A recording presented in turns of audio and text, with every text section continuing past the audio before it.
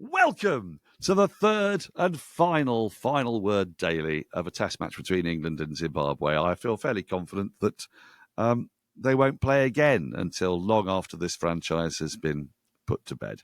I'm Daniel Norcross, and I am joined today, I am delighted to say, by CricViz and the Final Word's very own Ben Jones.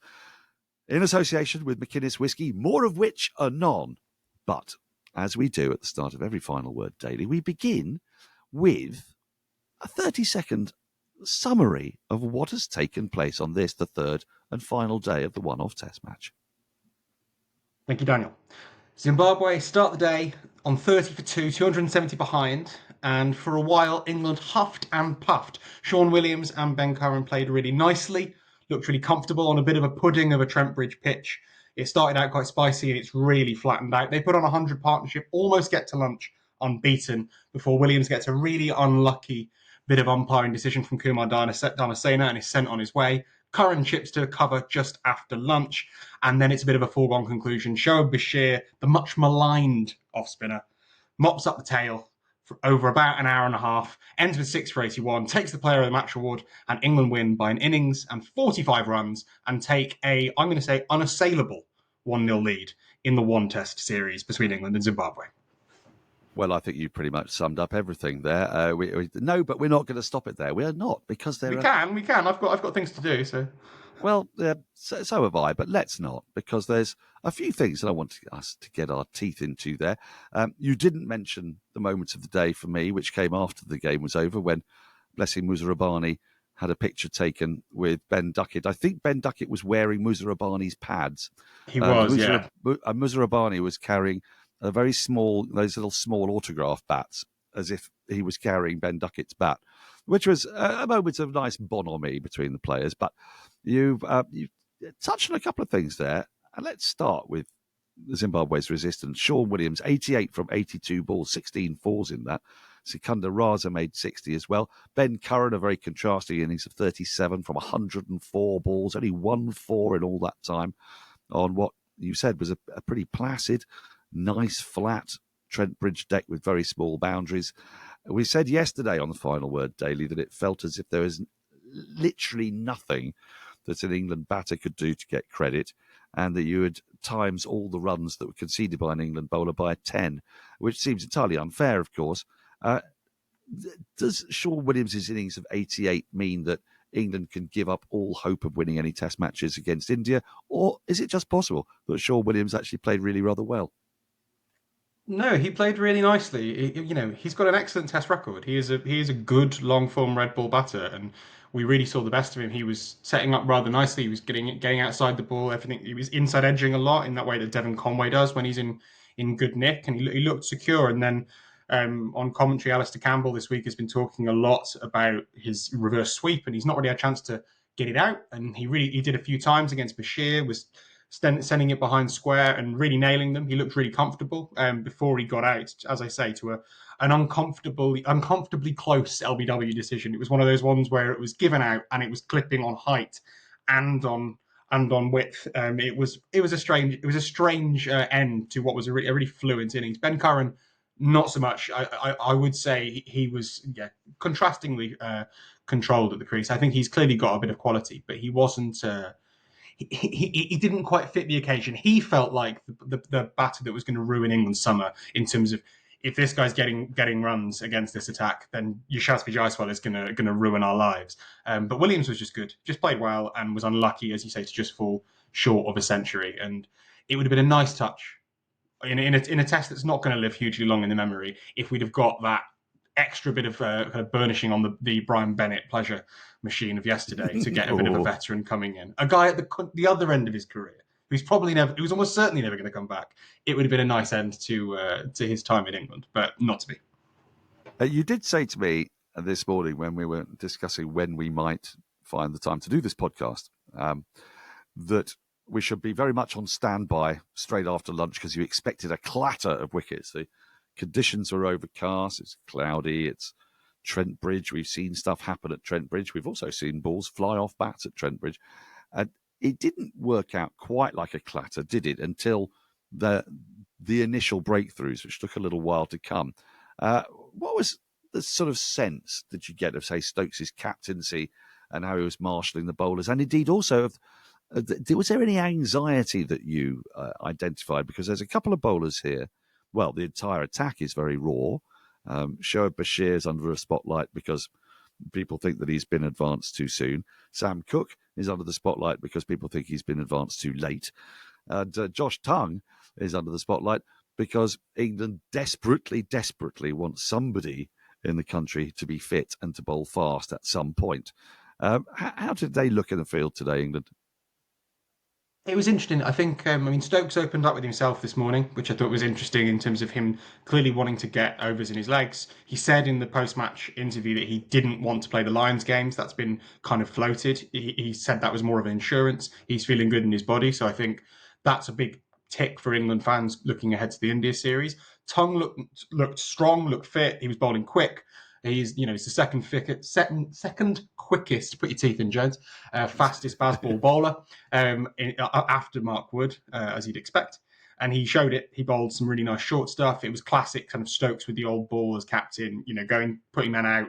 And they almost had a bit of success, but the pitch just wasn't really playing ball. We'll come to Bashir maybe in a sec, but Sam Cook, obviously the issue that everyone's had is his potential for being too slow, for not necessarily being a quick enough player for Test cricket. And to be honest, that kind of came through. He was bowling 76, 75 mile an hour today. He was accurate. I mean, according to all of our CritVizzy Hawkeye data, his balls on a line and length, it's the best by any England bowler ever on record. Like, he's unbelievably accurate. Like, unbelievably so. It's his super strength, if you're going to be a wanker about it. However, it was the slowest an England seamer has bowled in a Test match since John Lewis's one-cap wonder almost 20 years ago.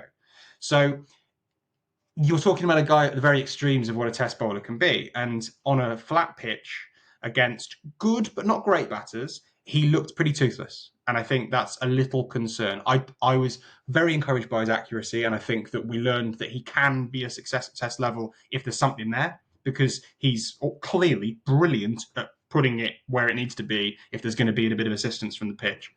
But he was trying to go short a little bit to try and disrupt the batters. He was getting pulled quite comfortably. They weren't really worried. And he was having to bowl bowling very straight with a split field, really just trying to dry up the runs. It was a little bit of a worry looking ahead to an India team who will be more dynamic, more assertive, and will be certainly running at him, looking to punish him. So yeah, that was probably the downside of the day, I'd say. Gus Atkinson barely bowled. 1 for 17. He took his wicket yesterday at the back end of the day's play. Ben Stokes picked up a wicket, but obviously the headline act is Shoaib Bashir, who earlier in this Test match broke Stephen Finn's record for being the youngest man to 50 wickets. My WhatsApp group for a different podcast I do was filled with ranting and raving and general swearing at the injustice of life. But Shoaib Bashir, has he deserved it, do you think? 6 for 81, and I think he, from what I was watching, was actually bowling really well. And the CricViz data suggests that he's bowling a bit more accurately, slightly different lengths. Do you see an improved bowler from the last iteration of Shoaib Bashir? I do, and I'll get my name drop, get your name drop clang. I was talking to Stuart Broad earlier, and I said I think this is the best that Shoaib Bashir has bowled in an England shirt, because I thought he was getting really nice dip. I thought he was bowling at a nice pace. He was bowling that line, that kind of the classic, keeper's right hand glove. He's trying to draw that. He was getting people through the gate quite a lot, not necessarily wickets, but false shots. And Broad rather checked my optimism in terms of saying, the opposition is maybe not quite what it could be, which is a reasonable counter. However, given that all of the hype around Bashir is that it's meant to be about the raw materials, this hype, these skills that he's got, these attributes, rather than necessarily a record, it was the first time I've really clocked it, I'd say, in the flesh. It was the first time I've really noticed that from that height, when he gets those revs on the ball, it is really hard to play, particularly as a right-hander. He bowled an absolute jaffer on day 2 to one of the lefties, but as the right-handers today were really struggling. I can't remember who the right-hander, I'm looking at my notes, it was the keeper, Seager. He ran down the pitch at Bashir, was bowled through the gate, but Bashir got confused and he thought that Jamie Smith had missed a stumping, so was head in hands for about 10 seconds and then looked up and was like, "Oh, it's out," which I think kind of speaks a little bit to the bowler he is right now. He's not necessarily sure how he's doing it, but he is getting wickets. He is somehow having an impact on games, and I think it's a massive series against India for him. I think he is capable of being hit out of the Ashes squad. I think probably it's more likely than not, gut instinct. But today he showed that, given the opportunity, given a surface that did take a bit of turn, and given a bit of confidence, he spoke in the interview after the game because he was, as we said, player of the match. He spoke about the confidence that Stokes puts into him. Feel 10 feet tall, still a foot shorter than Blessing. It's just this. He's got this bit of strut, bit of swagger about him, which is a lovely place to be in going into a series against India, which he does need to do well in to get on that plane to Australia. Lastly, on England, before we go to the Hall of Fame, Josh Tongue. I mentioned earlier, there's anticipation, there's excitement, there's hope. But it doesn't strike me that it was a great deck to find out against players who are going to come hard. But his figures don't look pretty. 12 overs, no maidens, 1 for 65. And if we think that, or if Stuart Broad thinks that the opposing batters that Shoaib Bashir took 6 wickets off weren't really up to much, what does it say about the fast bowling enforcer Josh Tongue only picking up the 1 wicket in those 72 balls and at the cost of 65 runs? He bowled well. I'm going to assuage any concerns. He bowled really nicely. I mean, we obviously had the wicket off the no ball yesterday, and I think that spoke to his luck a little bit in this game. He didn't really get the rewards that his bowling deserved. I think a big concern with Tongue is that he is being used in that way that we used to use Mark Wood, where it was like, you're not allowed to bowl good balls, Josh. I need you to run in. I need you to hit people in the head. So he's not necessarily bowling wicket-taking balls a lot of the time. And on a spicy pitch in Perth in 6 months' time, maybe that's actually going to be quite a fun position to be in. But on a bit of a pudding in Nottingham on day 3 under cloudy skies when the batters are not really playing for anything, there's no need for them to hook, there's no need for them to be combative and coming at you. It felt like a defensive waiting tactic, which, we've all seen teams bowling short balls being left. It can feel a bit, demoralising for both viewers and batters. I think that Tongue is in as good a place as he was when he came into Test cricket the first time. Obviously, he's been injured. He's obviously really struggled to get back to this place. He bowled quick. He was skillful, and I'm optimistic that he'll play 2 or 3, maybe 4 tests if fitness permitting against India. And I think he's the bowler that they're going to put a lot of investment into, with a view to that Ashes enforcer role. Now, you said right at the top, England won by an innings and 45 runs. They only had to take 18 wickets, of which Shoaib Bashir took 9. I'm going to put in a plea that he's put on the honours board for taking 10 wickets in a match because he took half the wickets available. So that's the first campaign I want to start.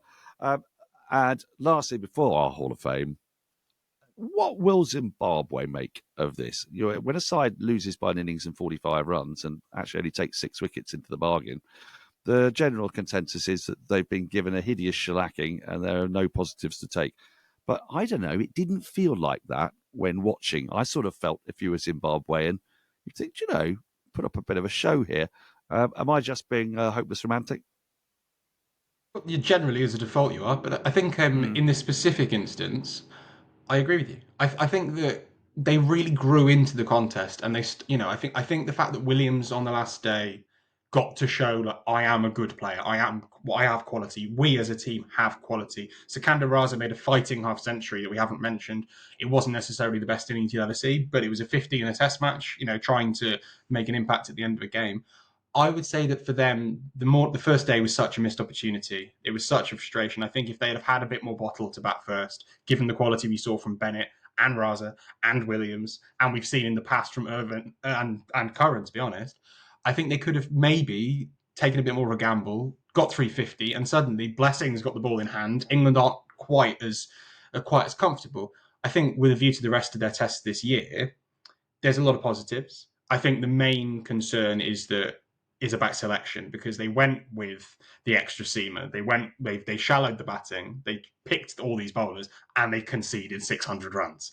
So that does not fill you with confidence. But individually, Bennett's clearly got everything you want in a young test batter. Williams is clearly still clinging on at the end of a career. I think there's cause for optimism gently, and if you'd reversed the test and you've had the performance on day 3 on day 1, they'd have gone, we started brightly and we fell away because ultimately we're playing a better team than us. But the chastening day 1 probably set the tone, and it took a bit of battle to get back to some kind of respectable position.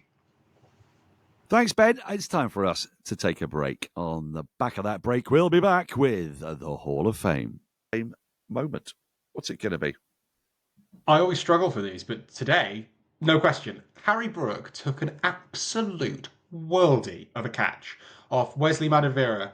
Stokes comes in, beautiful delivery, angled in. That Stokes ball that you're seeing in your head, angling in, taking the edge. It flies quite high to Harry Brooks, up to his left. He goes with his wrong hand all the way over, like Collingwood at Bristol all those years ago. Full extension, and it just sits, and he falls to the floor, and he rises, and he looks completely unbothered, which is what I love about Harry Brook, because he's just like, oh yeah, obviously I have. I just stuck my hand out and it just stuck. It was nice, actually, yeah. But Stokes does the full broad face, the full what? How can you do that? You cannot do that, Harry Brook, as someone said on commentary today. It was a beautiful, beautiful moment of just instinctive skill and athleticism, which I think sometimes with Brook we don't talk about enough. How just beautiful he is in that like just God-given talent. We see it with the bat, but in the field, in the slips, second slip, absolutely the best, as good a catch as you'll see. We were trying to go through the archives to find better catches. We went through a lot, and we didn't see a lot better. So I'm very much anointing that Hall of Fame, Day 3, England, Zimbabwe, Mr. Brook. Well, I'll give you that, and I would have chosen it myself were it not for the fact that it seems kind of wrong for us to just choose the same thing. My other happiest moment of today was one you've alluded to already. It was Shoaib Bashir not knowing when he got someone bowled, and he genuinely thought that Jamie Smith had missed a stumping as it clipped the top of leg stump. And it was just wonderful looking at initially his kind of exasperated disappointment, and then see that turn into surprised delight. Of course, and also crucially, an umpire review for a clean bowled, which is always a good thing. We adore those, don't we? Umpire review for clean bowled, and delighted to say that Jamie Smith was totally in control of the laws of cricket this time, because last year he came unstuck, didn't he? When his hands came down in a gentle parabola and just cut the imaginary line, didn't they? If that had happened, then batter would have survived, but he didn't do that today. Shoaib got his wicket, went on to get 6, and will be on the revamped Trent Bridge Honours Board. When next we're back at Trent Bridge, there'll be a Stuart Broad pavilion, and there'll be loads and loads and loads of lovely milestones up there that we can all, delight in. But for now, as you say, for this series, it's all over. When will we see you again, Zimbabwe? Will it be another 23 years? I hope not, because actually I think they provided us with some fine entertainment, the likes of Bennett and Muzarabani and Williams and Sikandar Raza. There are players there that people should pay to go and see. But for now, from Ben Jones and from myself, and with enormous thanks to you, the listener, and to McInnes Whiskey, and with a reminder that we'll be back with Final Word dailies throughout the World Test Championship final, as well as the entire English summer, as England take on India. That's their next Test match assignment, with 5 Test matches from around England. But for now, on the Final Word, from Ben Jones, from me, Daniel Norcross, goodbye.